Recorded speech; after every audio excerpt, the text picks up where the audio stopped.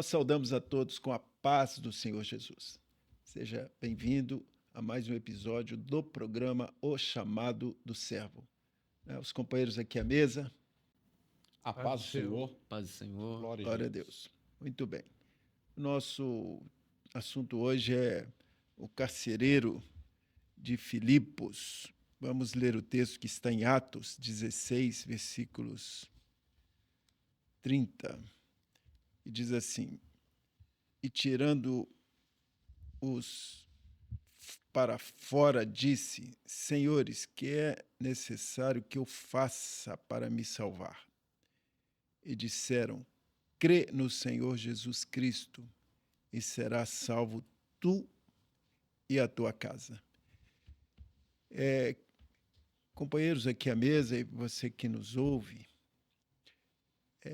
eu acho essa pergunta do carcereiro a pergunta mais inteligente que uma pessoa possa fazer. Que é necessário que eu faça para me salvar?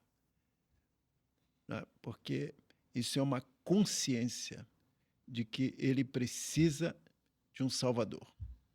E nós entendemos exatamente isso. Precisamos de um Salvador. E quando você analisa o mundo, tudo que existe, você tem a seguinte conclusão que é bíblica: não existe em cima no céu ou embaixo na terra nenhum nome dado entre os homens pelo qual importa que sejamos salvos. Glória a Deus. A não ser Jesus Cristo, o Filho do homem, Jesus Cristo que se fez carne, que morreu na cruz, Glória a Jesus. que ressuscitou dentre os mortos e que voltou para o céu. Glória a Jesus. E que enviou o seu Espírito Santo, que fala até hoje ao nosso coração de maneira maravilhosa. E não só fala, mas age. E na experiência da salvação do carcereiro aqui, houve um terremoto.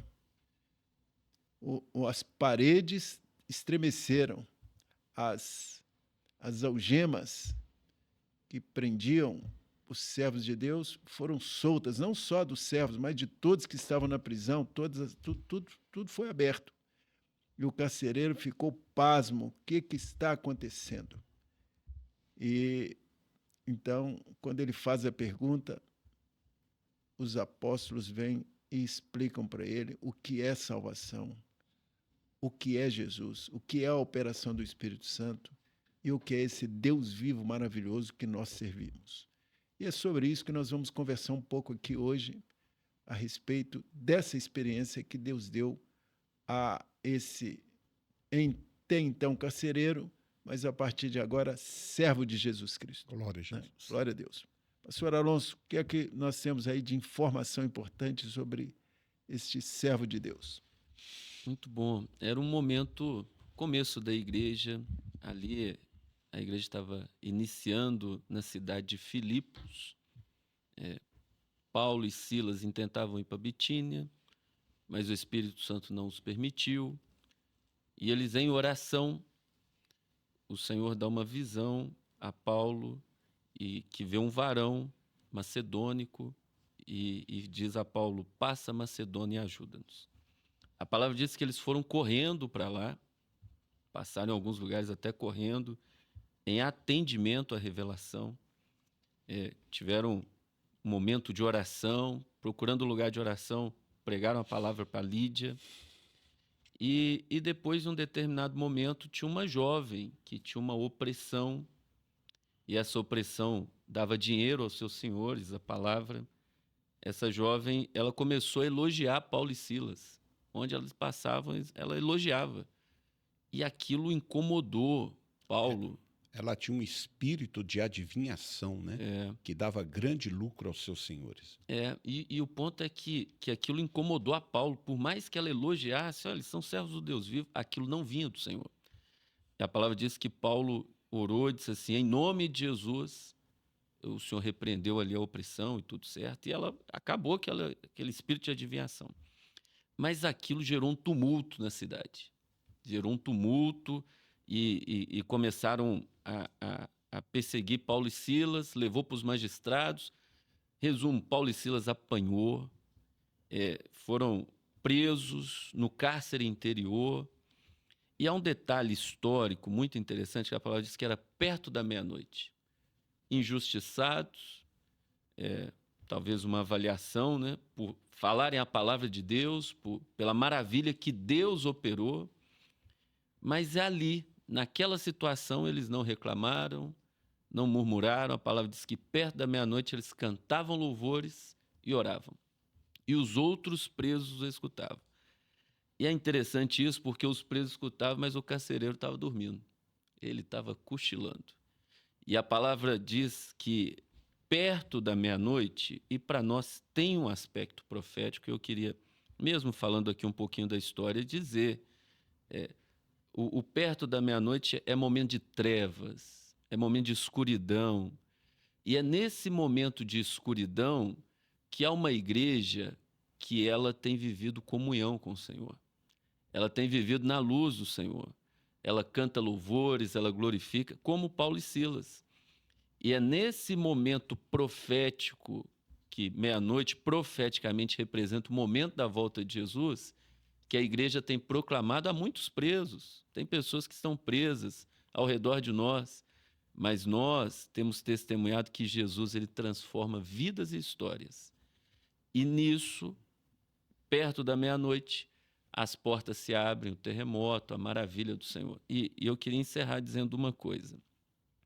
A oração, ela tem um aspecto de muito especial para a vida do servo do Senhor. Porque quando nós oramos, nós alcançamos comunhão, mas há uma operação de libertação também àqueles que estão à nossa volta. A oração produz libertação. Glória a Deus. Glória a Jesus. O Alonso, né, o pastor Alonso, ele trouxe alguns aspectos interessantes lá da situação do carcereiro. Porque houve um terremoto, os alicerces do cárcere ali, né, se moveram, as prisões todas foram abertas, as cadeias caíram, e o carcereiro acordou e ele viu as celas abertas. Ele inicialmente não viu ninguém. Por que ele intentou tirar a sua vida? Porque lá naquela época, com os romanos, era o seguinte, o carcereiro ele devia pagar com a sua própria vida se algum preso fugisse. A pena era a pena de morte. Então, quando ele viu as portas das prisões abertas, ele imaginou, todos tinham fugido. Era a pior coisa que podia acontecer. Então, era a morte certa. Então, ele intentou tirar a sua vida. Mas foi quando Paulo, né, gritou em alta voz, né, e falou assim, não faças tal, porque nós ainda estamos aqui. Então, muitas pessoas, no seu desespero, né, estão querendo até tirar a sua própria vida, mas a palavra, muitos estão desesperados, né, por outros motivos, e angústia, falta de paz, depressão, mas acontece o seguinte, olha, há uma palavra, nós estamos aqui, a igreja ainda está aqui para transmitir uma palavra de esperança. E interessante que o carcereiro, né, ele pediu luz, e pedindo luz, né? Pastor Elcio, sim.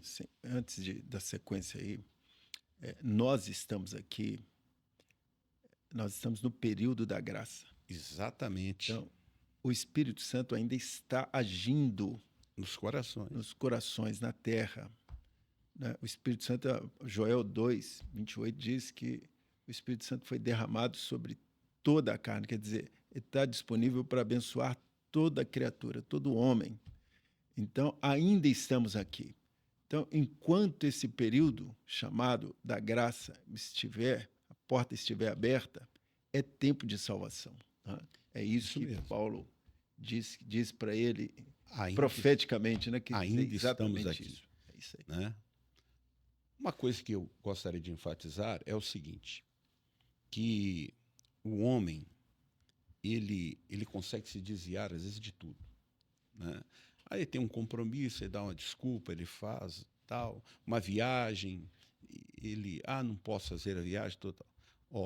Mas tem uma coisa que o homem não consegue escapar de jeito nenhum, companheiros, é da morte. Então, o homem vai para cá, vai para lá, mas o fim da vida dele está se aproximando. E quando o homem ele se vê diante do quadro da morte, então ele se volta para Deus. Então antes ele se volta para as coisas materiais, essa é a vida, mas agora na morte ele se volta para Deus. Que é necessário que eu faça para me salvar? Ou seja, para não morrer. Mas ali não era até para salvar fisicamente. É isso aí. Ali era salvar a alma. Eu achei interessantíssimo, né? A pergunta, como o pastor Kleber falou, né? Que é necessário que eu faça para me salvar? E, no aspecto doutrinário, Paulo ele faz uma pontuação maravilhosa. Crê no Senhor Jesus Cristo e será salvo tu e a tua casa. Então, a salvação é pela fé em Jesus. É pela fé em Jesus. Não é pela fé em algum santo, não é pela fé em algum pastor, não é pela fé em alguma pessoa importante, não. A salvação é pela fé em Jesus. E outra coisa importante é que o Senhor tem uma salvação para toda a família. Crê no Senhor Jesus Cristo, será salvo tu e a tua família, né? Tu e a tua casa. Glória a Deus. E o último ponto que eu queria mencionar aqui é o poder da oração. Paulo e Silas, eles estavam presos, foram açoitados, estavam numa situação muito difícil, mas eles oravam e cantavam louvores a Deus. Meu amigo, você está numa situação difícil, aflitiva, você está com muitas vezes numa situação de dificuldades, ore e cante louvores a Deus. Sabe por quê? Porque Deus vai enviar um terremoto que vai abalar a sua prisão e vai abrir a porta. Glória a Deus. Deus tem poder para abrir a porta. E começa através de nós buscarmos a Ele. Paulo e Silas, eles oravam e cantavam louvores a Deus. Às vezes as pessoas até pensam assim, mas será que oração tem poder? Será que o louvor tem poder? Pode crer. Tem poder. Louvado seja o nome do Senhor. E mais um detalhe, né? Não significa que, sendo servos de Deus, que a gente não vai ter lutas. Né? Perfeitamente. Nós não estamos imunes de problemas.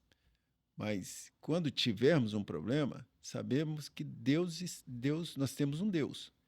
E Deus quer agir, mas Ele quer fazer isso primeiro. Ele quer que oremos, né? Que demos graças a Ele, que cantemos louvores, reconhecendo a sua divindade, a sua glória e o seu poder. Quando nós fazemos isso, a vitória é certa. Né? É só aguardar a operação do Senhor a nosso favor. E nós vemos uma transformação na vida do carcereiro, porque tinha uma sentença de morte. Se algum preso conseguisse fugir, ele iria responder aquilo, que era uma falha grave, como a morte, que era terrível, o Império Romano. Agora, quando ele ouve a palavra, o Espírito Santo revela o mistério de Deus para a salvação, que é o Senhor Jesus. A revelação de Jesus se dá quando a palavra é pronunciada. Nós lembramos de Romanos 10:8, mas que diz, a palavra está junto de ti. Naquele momento de desespero do carcereiro, foi o momento que ele perguntou, o que posso fazer para ser salvo?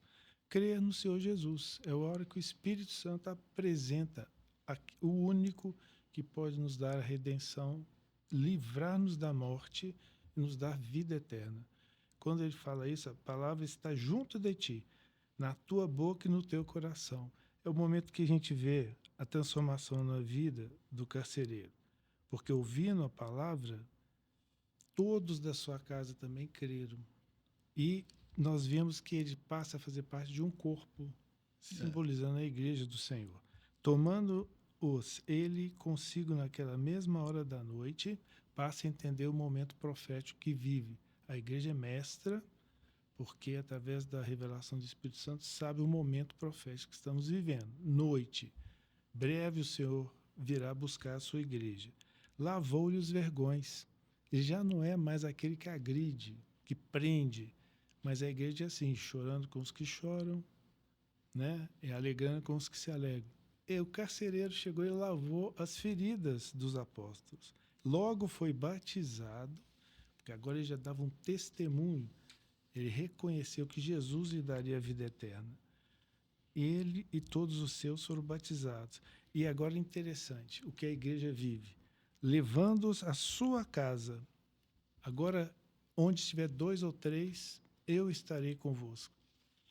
Lhe expôs a mesa. Agora é o momento que o Senhor oferece para o corpo o banquete da eternidade. Os recursos que vêm da graça de Jesus, que transformam vidas, que cura as feridas, que confirma a bênção da vida eterna.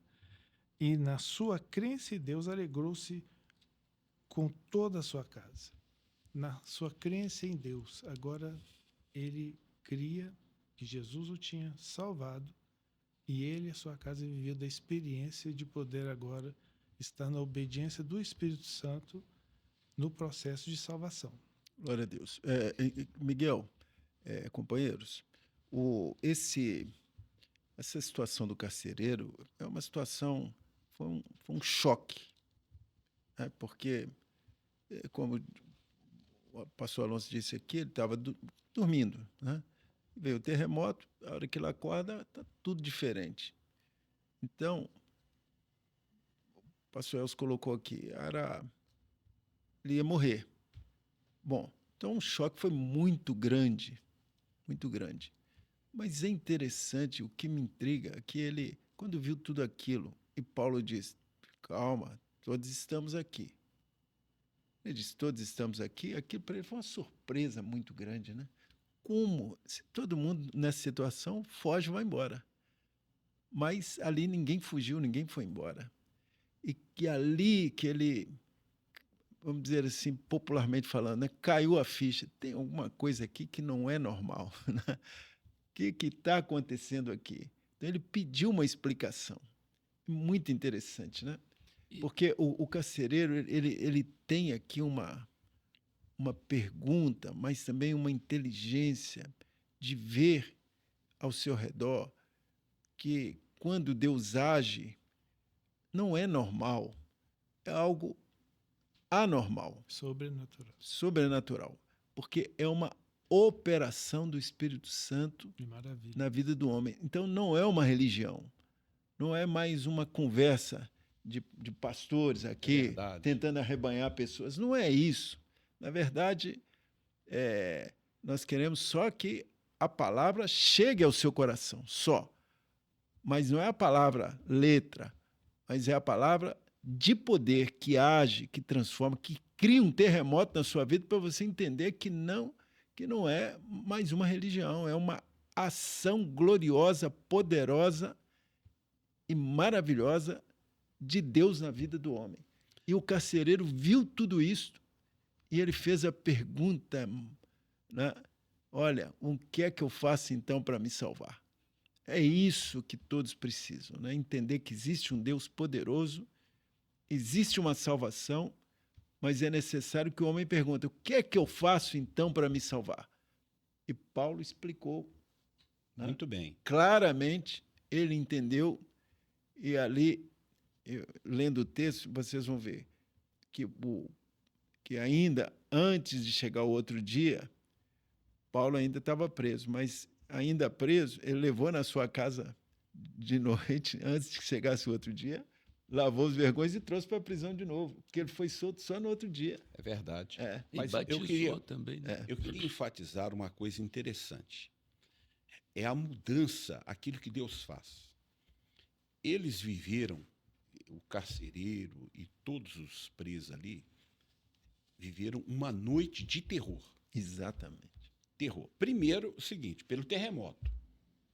Então, Você imagina que você está num lugar e dá um terremoto e você tem o medo de tudo aquilo desabar e todos morrerem, né, esmagados ali. Então, terror pelo terremoto. Depois o carcereiro ficou ainda mais aflito ainda quando ele viu as prisões abertas, falou assim, agora não tem jeito. Todos os presos. Ele pensou que todos os presos tinham fugido. Então, ele estava completamente aterrorizado, aflito. Mas, como o pastor Miguel falou, assim, depois que ele recebeu a palavra, e a palavra é Jesus. Glória a Deus. Nós lembramos de Filipe, quando evangelizou lá o etíope, né? Então, é de quem fala isso? De Jesus. A palavra de Filipe foi Jesus. Quando Paulo chegou lá, falou, quem é necessário? Jesus. Então, nós estamos falando é de Jesus. E a transformação que isso dá, o pastor Miguel citou bem, e alegrou-se com toda a sua casa. Eu fico maravilhado com a mudança do terror, da aflição, e de repente já, quando ouviu e creu, né, em Jesus, a paz e a alegria que entrou no coração. É maravilhoso. Glória a Deus. Infelizmente, nosso tempo esgotou. Mas convidamos você para continuar conosco para o nosso próximo episódio, que toda semana temos um episódio novo na experiência do chamado de um servo de Deus na Bíblia, quer seja no Velho Testamento, quer seja no tempo de Jesus e quer seja hoje no período da igreja. Então, Deus sempre salvou no passado e continua salvando no presente. E o nosso desejo é que você obtenha essa experiência também com o Senhor. Portanto, despedimos de você e da mesa aqui, dos companheiros, com a paz do Senhor Jesus. A paz do Senhor. Paz do Senhor. Amém.